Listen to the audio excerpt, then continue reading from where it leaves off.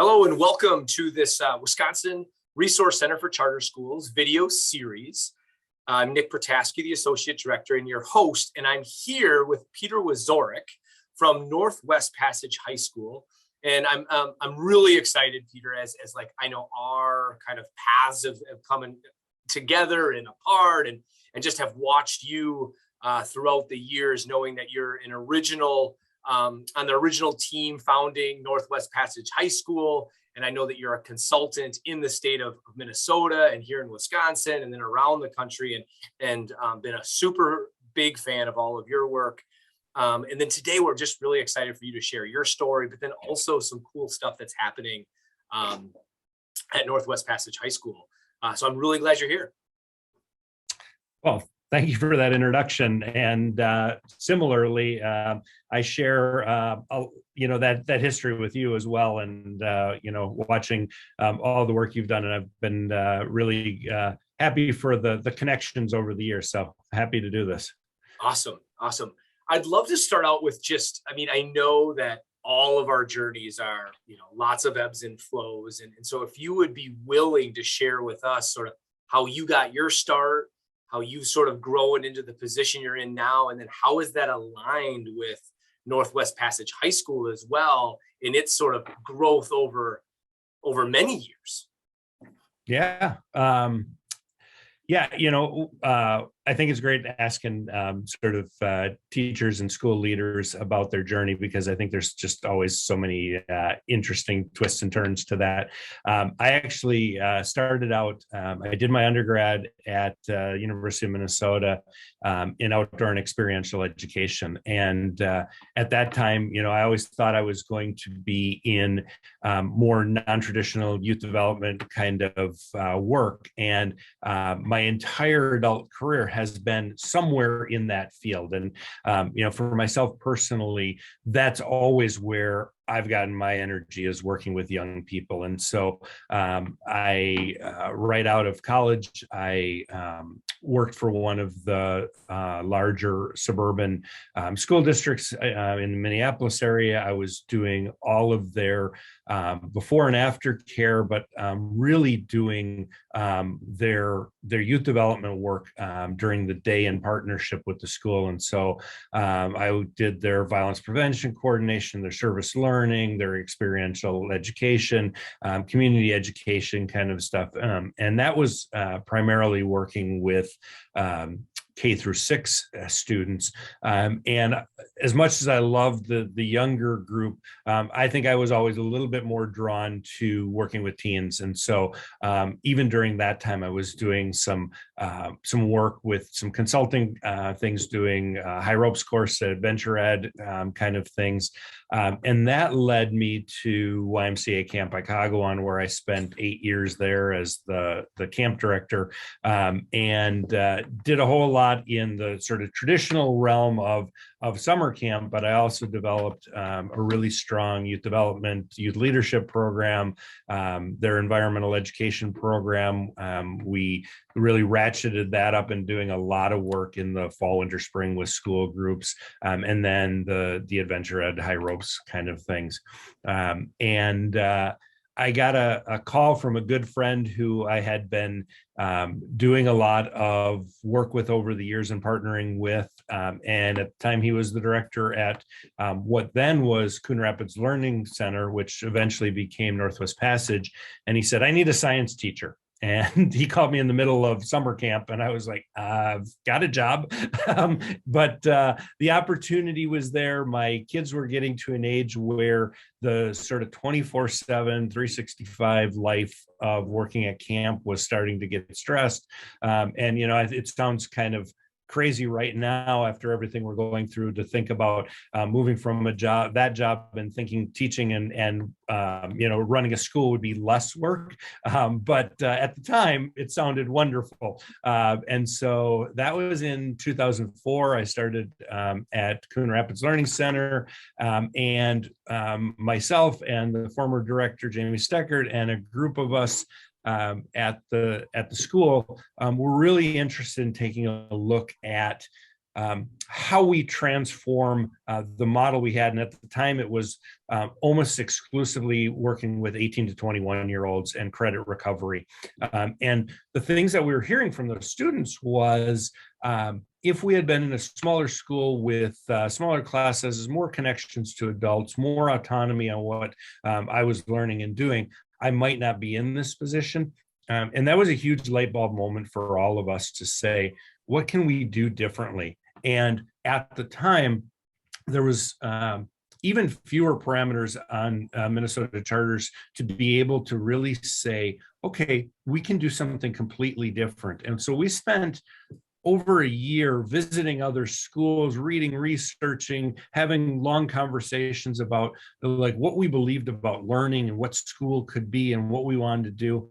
And a bunch of us had come from that non-traditional model where we were pulling things from experiential education and from camp and from youth work and saying, you know, these are the things that that high schoolers are telling us. Why don't we do that? And it was really incredible to be a part of a team that took this model and said, we're going to really flip it on its head. And what ended up happening was we went from a half-day model, again, with those 18 to 21-year-olds. They had to have jobs and they got work-based credit, but it was really seat time based and just earning their credits as quickly as they could. And we saw a lot of turnover with students. We went from that model to a 9th through 12th grade full-day program with a really strong advisory model focused on project-based and experiential learning. And we made this announcement in the spring and had meetings about what was this transition. And we closed the doors in June and crossed our fingers and hoped anyone would show up in September. And here we are 18 years later, really, I think, pushing the envelope on a lot of things, but also at the same time, really designed a model that works for a segment of high school students that the traditional large suburban school doesn't work as well for. Thank you for sharing that. And it crazy to think like how it has evolved, but also what I'm hearing at the center of all of that is really what do kids need? How do we make this relevant for them? And what's going to make them show up? Right. Absolutely. I mean, if you design schools where kids don't want to be, they're not going to learn anyway. And so that's even from your camps, right? To this day, we're still trying to design spaces where kids want to be.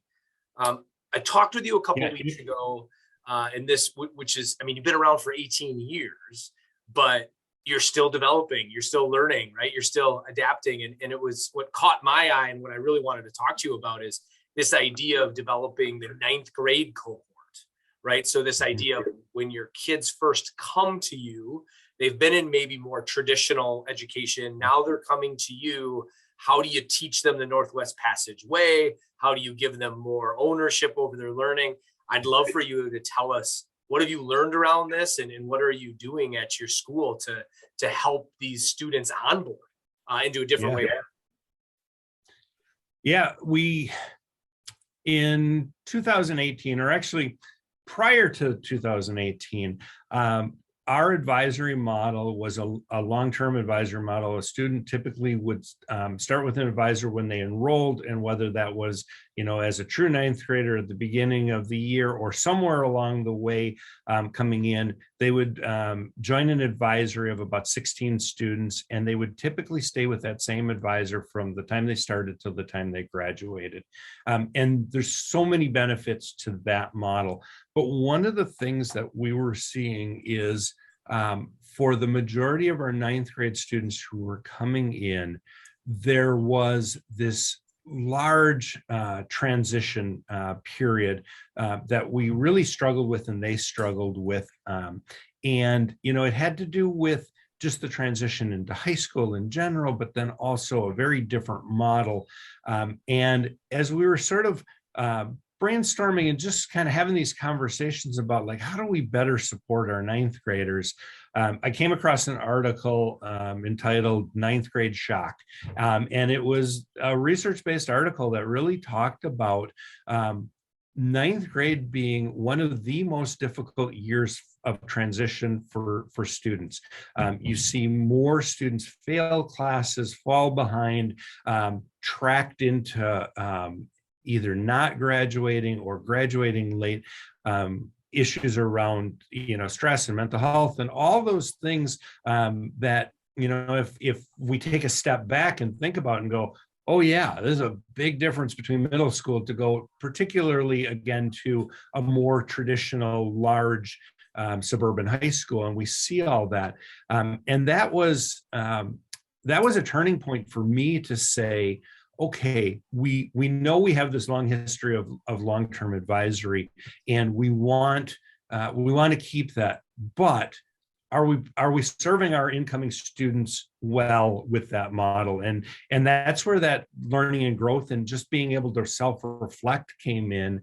And so we spent another year kind of taking a look at sort of where we were, tracking data from our students, looking at attrition rates, looking at credit earning, and all of those kind of things. And what we saw was that our ninth graders who started with us were often some of our most successful students because they didn't have the baggage on coming from a different school, coming in, maybe being behind, having that transition, but they still were having this big learning curve their ninth grade year. So that got me thinking about what if we took that group of students, and we're fortunate as a school, we have a 3-building campus, and what if we take that cohort of students, which is somewhere between 40 and 45 students, and we do a ninth grade cohort that's going to focus in on the transition into high school life. What does it mean to have credits earning different than it was in middle school? How do we do this thing that we call project-based learning? But also, how do we build those capacities for students and all those skills that we know are really important? And so I put this idea out to our whole staff team, and I said, I'm really looking for staff who are interested in digging into this and putting some time into it to do the research, to really look at building something different, a cohort and a building group that's just designed to support ninth graders. And I was really fortunate that I had 3 veteran staff and a veteran teacher, but new to us, who said, we really want to jump on this. And so the 5 of us spent a lot of time talking about what we thought was important. What did students need? How would that work? And then also asking our current younger students, our current 9th and 10th graders, like, what did you need?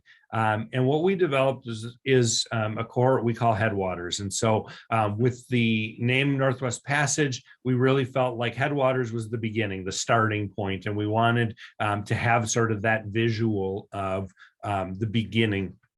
And so we dedicated a building space. We've got 3 advisories with an even higher staff to student ratio. And so we've got 1 advisor for each group of 14 or 15 students, but we also have a special education case manager and several paraprofessionals in the building.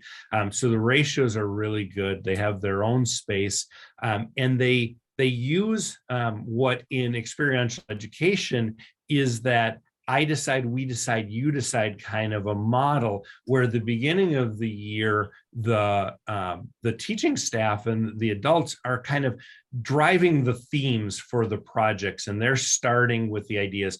And there's still a lot of autonomy within there and voice and choice for students to really make those projects their own, but they start with a framework of how to do project-based learning, how to start idea generating and brainstorming and doing quality research, doing project tuning and having those formative assessment points along the way, and building in those feedback loops. And then at the end, how do you present and earn your credit for what you're doing by your authentic end product. And so at the beginning of the year, the first 2 sessions are, there's not as much choice around that with the theme, but then we move to the middle of the year and students and staff start talking about what is it that we want to explore from a thematic base. And then at the end of the year, the last two sessions, students are really generating their own projects. And is this your first year of that? So this is our third year of it, but it's, third year in COVID world. So the very first year of it, we started off really strong. We had actually our largest cohort of almost a full 45 students, 3 advisories 3 years ago. And we made it till our spring break, and then we went distance learning. And so we lost that, some of those opportunities. And sort of the good news on that one was we were coming to the transition where they were going to be doing much more of their own project generation, and we had laid the groundwork for that.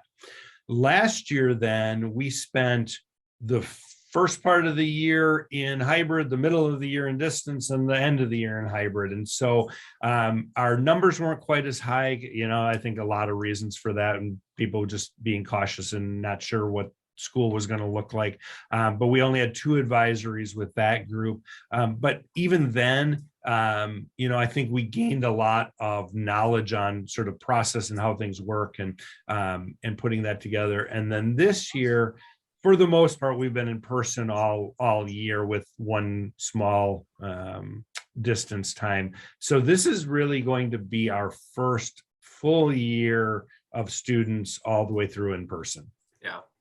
Is there any reaction or is there any interaction between this 9th grade group and then the 11th or the 10th, 11th, and 12th in some of the other buildings? And what is that? Yeah. So again, in the original model we created, in that third phase, in that you decide phase, that's where we were having students interacting more with other staff, other students, incorporating them into other projects. They still have opportunities to do expeditions with other students and things, but that was sort of part of that transition also, because they would then, that following year, their 10th grade year, they would go into an advisory that would most likely be their advisor till they graduated. And so part of the idea with that last third of the year was having students get to see other staff in action and be part of their class and things, so that they could put down recommendations on who they wanted for an advisor the next year. So we weren't able to do that the first year. Last year it was kind of mixed with the hybrid, and then this year we have our spring break in 2 weeks, and so this spring will be much more of that interconnection than between other staff and students. Not that they were isolated, but they'll have a lot more opportunity than they did previously. So is there opportunities for some of your older students to support this work? Again, in the design, yes. In the implementation, just because of restrictions, we haven't been able to do as much of that. But we now have that original cohort of Headwaters students are juniors this year. And so we are now able to sort of use them as a resource to be, if nothing else, we've used them as ways to what not to do, or what's my recommendation, if I could do it over again, and having some of those kind of interactions has been really good. And then it sort of transformed sort of the whole school model then, because we invested really a full year in project-based learning, design, and implementation on the student side. The students who then move into the other advisories have an influence on those students who hadn't been through that. And now, by next year, the vast majority of our students, and we'll take students at different points in their high school career, but by next year, the majority of our students on campus will have been through Headwaters. And so we'll have, that'll be the 4th group. And I think that's exciting to think about, there's this common language, this common procedure. Students really can lead, all of what's going on because they've been through it. Yeah. So being in the project-based learning world for a while myself, I know there are specific skill sets and attitudes and just behaviors that work in PBL, and not all students are experienced with that as they come in. Are you seeing now granted, everything's a little bit jostled with some of our ins and outs with COVID, but are you seeing those juniors have a more defined skill set because they were onboarded differently? Is that starting to play out for you? Yeah, I think it definitely is in a number of aspects. I think the self-monitoring, self-motivation, some of those kind of 21st century skills that we talk about often are really starting to take place, where one of the things that we're seeing is not having to do as much work around encouraging students to sort of push their thinking on what projects can be. I know for a lot of years, and I know a lot of people in project-based learning spend a lot of time talking about, if I see another PowerPoint or trifold, I'm going to lose my mind because, that's sort of like, that's my end product. And what we're seeing because of the process through Headwaters, particularly with the really intentional focus on project tuning, where in a 6-week project, a student will have staff and peers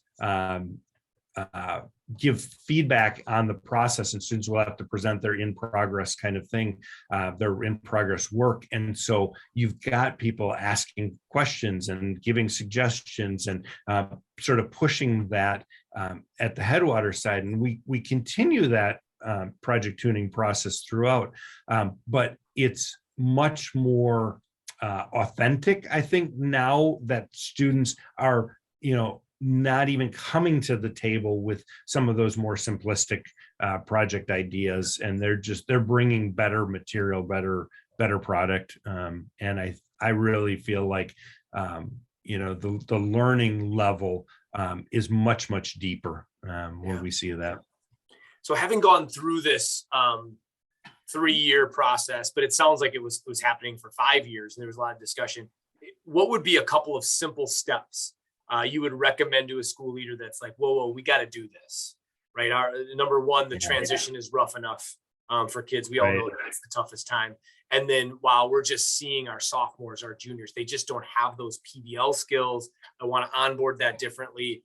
What would you recommend for them to do to get this rolling? I think depending on the size of the school and sort of the commitment to moving in the direction of more, student-centered project-based learning, I would say start small and start with a dedicated, bought-in team of staff. And I think that that really has been one of the reasons we were the most successful. I didn't say, as the school's director, you're going to do this, or I didn't say it's going to be exactly this way. I sort of planted the seeds and said, here's the reasons we should be doing this. Here's what the data says. Here's what the interviews from students say, and here's what the broader research says. And I think we need to move in this direction for all of those reasons. I need people who want to take on this new challenge. And as someone who often likes a lot of control on some things, it was sort of a personal growth and learning for myself too, to be able to say, I'm just going to give the framework, but I really want the people who are going to do the implementation to have the ownership, and we talk about that with students all the time. And we sometimes have to remember that, as school leaders too, that you want to give that empowerment to staff as well. And, not that I was hands off once it started, it was still a lot of conversations and interactions, but it really was about having the right people in the right place, who were interested in really digging deep and doing this. And so what we see from that now is there is this learning cycle within our staff too, to say, your students that came from Headwaters last year are talking to me as the teacher about this stuff. I need more information on that, so it's been student driven. It's been internally driven, just to get better with that. I think, if you go back to the original question of like, if this is something you want to do, I think you have to have those conversations as a staff team, and hopefully you're including students in this and even parents in this conversation. But you really have to talk about, what do you mean by project-based learning? How do you want to do that? How invested are you? Is it a part of a day, or is it a school philosophy? And you gotta go through that process and really define it for your school. And I've seen great programs, great schools that do project-based in one format, and they do it really well, but they do more traditional in other aspects of their day. And I've seen some schools who really said, we're going to go 100% project-based learning, but we really haven't defined what that means for us. And they and their students sort of flounder around for a long time. And sometimes they, revert back to the norm and go back because there wasn't a good plan in place. And other times they sort of work through that and get moving where they want to go. I love that. I love thinking about the onboarding process for new students as an opportunity for you to revisit what your practices are at your school.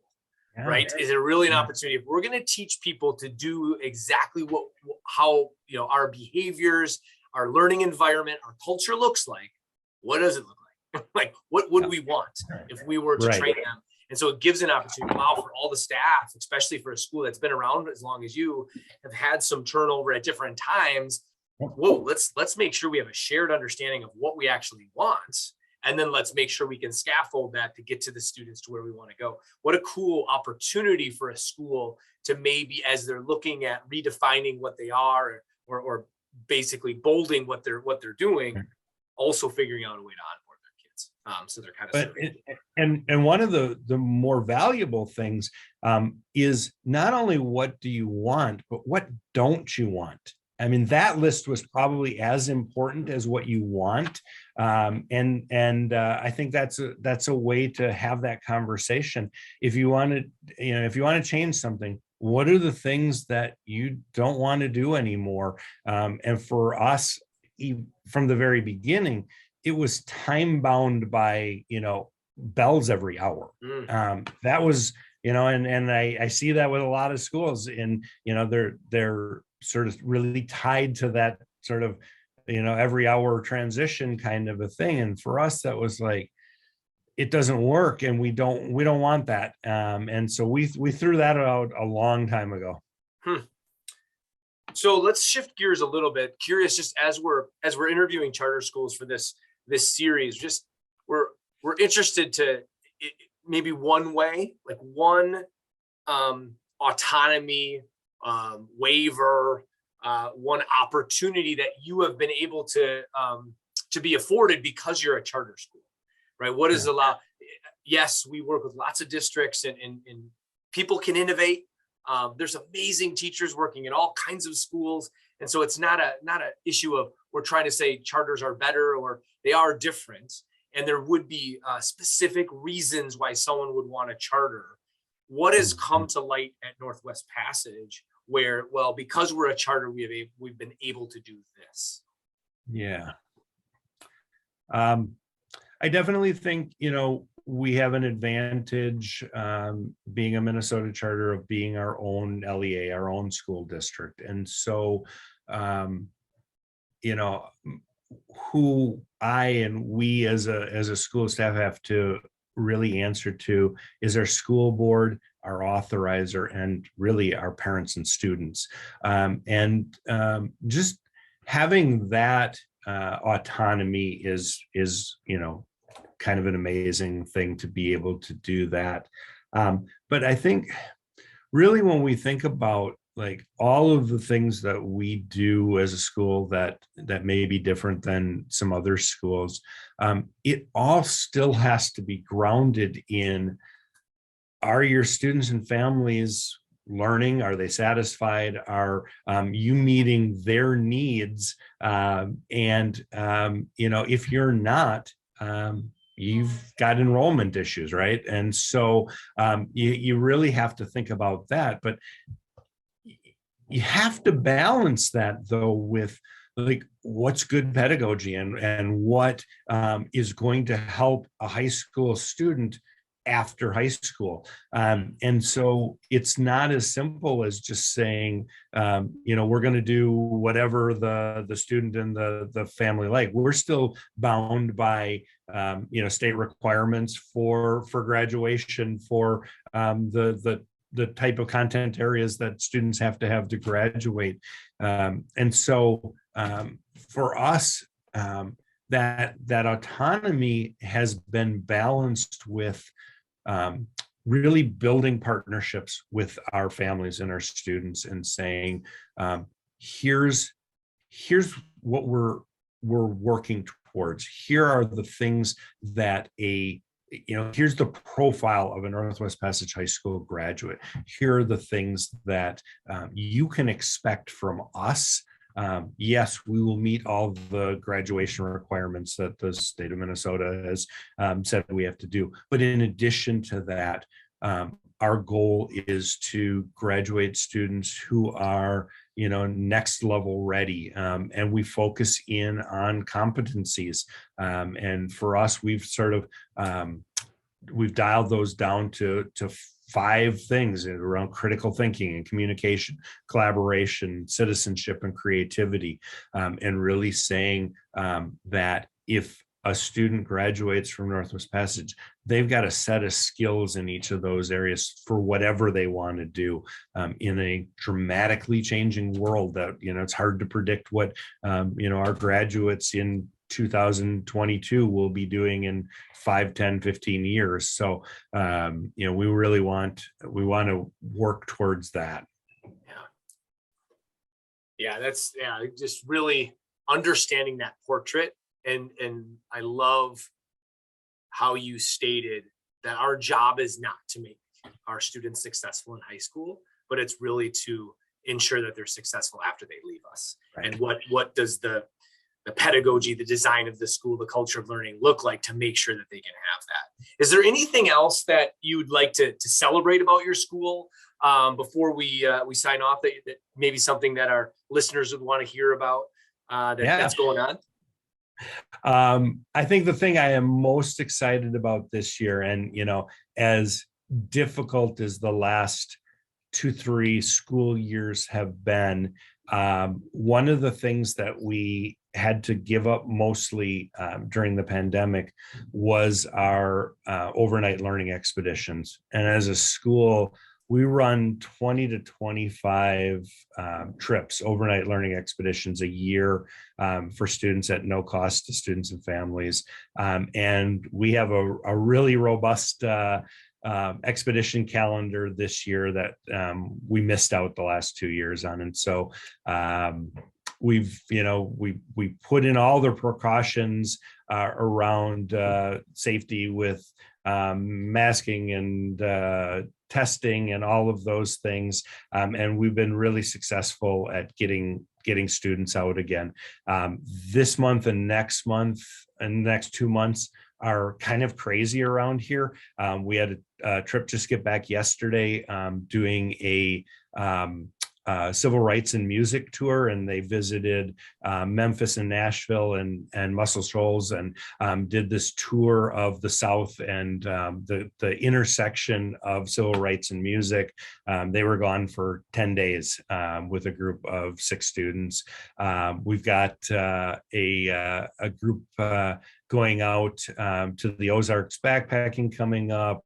I'm co-leading a trip to Chicago for a science trip down there. We've got a whole bunch of stuff coming up. Where it feels like there's sort of this in and out for the next 3 months as weather warms up and opportunities are there again. We got a group going out to the Canyonlands in Utah backpacking. There's a Washington, D.C. trip. So it feels really, it's beginning to feel a bit more normal when we can get students out and do the kind of experiential, active-based kind of things that we've been doing forever. And that just, I think it's a different tone around the whole school when we can be like constantly encouraging students to think about applying for them, student groups coming back and presenting their trips at Friday Expos. It's a different buzz and it feels really good. Yeah, you all are doing so many amazing things at your school. But I think whenever I think about your school, your expeditions and your willingness to truly travel all over the U.S. to give students experiences outside those school walls is something not like any other I really see. And I hope people reach out to you to find out more about how you do that, what that looks like, how do we incorporate learning, how do they demonstrate it. But having said that, I mean, this conversation is awesome. I could talk to you forever, Peter. I just appreciate your perspective and your kid first mentality, right? But then also just your amount of experience. I mean, you've been doing this for so long. How can people find you? How can people learn more about Northwest Passage, find you, connect, and learn more about the great things that are happening? Yeah, I think for Northwest Passage itself, our website is probably the easiest. It's just NWPHS.org, so northwestpassagehighschool.org. Lots of great information on there. We actually just redid our website, and so there's a space on there for educators to connect with us if they want to come in and do a tour. We have folks from all over the state and the country coming in to do tours, and our doors are even more open again now. So if you want to do that, I would encourage you. Otherwise, our Facebook page is another great way just to see sort of the daily activities and things going on. We really highlight our expeditions and student projects and just our experiential process on there quite a bit. Folks can get a hold of me. It's just P Wieczorek, so PWIECZOREK at NWPHS.org. That's my email. Yeah. Perfect. Well, I appreciate you doing this, taking your time, and I hope we can do it again. Yeah. Looking forward to the conference this spring, and unfortunately it's not in person, but there's still a lot of great connections we can make. So yeah, awesome. Appreciate you. All right, take care. Thanks, Nick. Take care.